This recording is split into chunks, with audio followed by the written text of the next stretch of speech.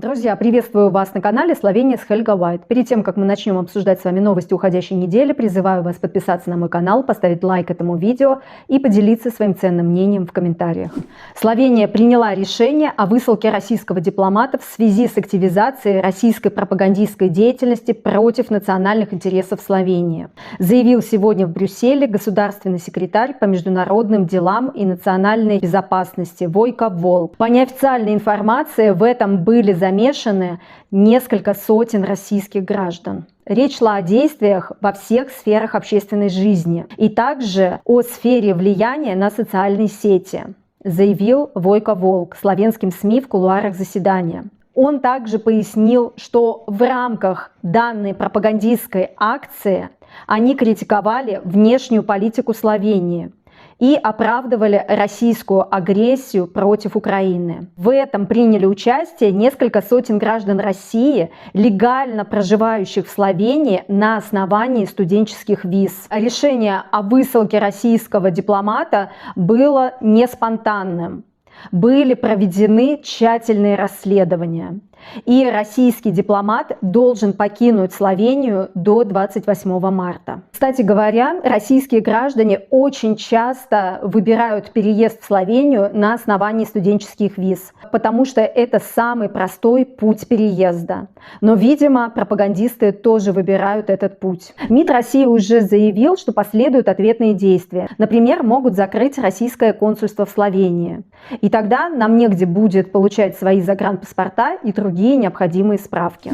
Рост цен на аренду жилья в Словении является реальной проблемой. Цены на аренду очень высоки. За однокомнатную квартиру в Любляне можно отдать половину средней словенской зарплаты, а это примерно 700 евро. Агенты по недвижимости отмечают рост арендной платы в Любляне. И такие цены доводят арендаторов до отчаяния, а предложений становится все меньше, и они становятся все хуже по своему качеству. Уже давно отмечается, что краткосрочная аренда на таких платформах, как Airbnb и Booking, значительно ухудшила рынок недвижимости и является одним из главных виновников роста цен на аренду. Видимо, арендаторы поняли, насколько выгодно сдавать свою недвижимость посуточно и не желают сдавать свою недвижимость на долгий срок. И, кстати говоря, хозяин квартиры должен заплатить 25% налога от арендной стоимости. На данный момент браузер на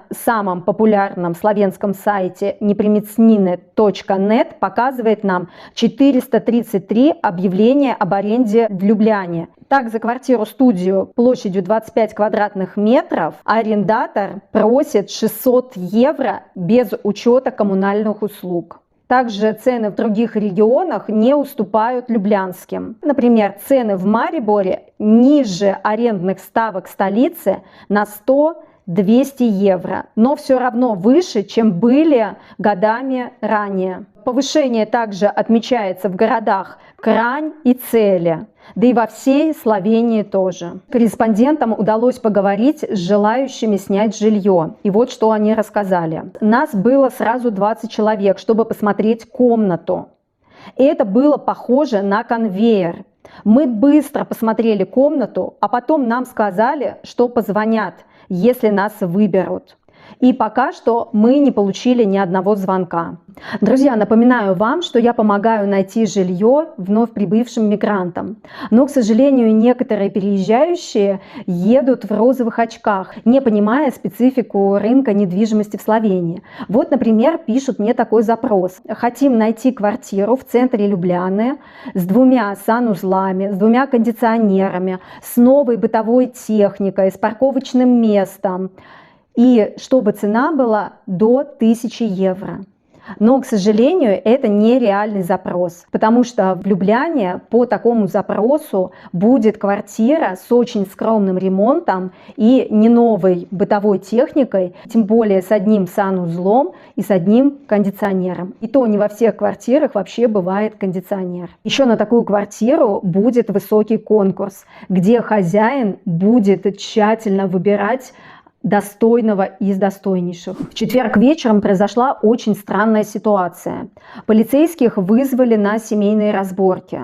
Прибывшим полицейским подозреваемый распылил слезоточивый газ в лицо и после этого перепрыгнул через окно на крышу многоквартирного дома. После долгих уговоров он согласился залезть обратно в свой дом, где его уже поджидала полиция и медицинские сотрудники. На него надели наручники, и медработники произвели некие медицинские процедуры, чтобы успокоить его нестабильное психическое состояние. Но, к сожалению, по непонятным причинам по пути в больницу подозреваемый скончался.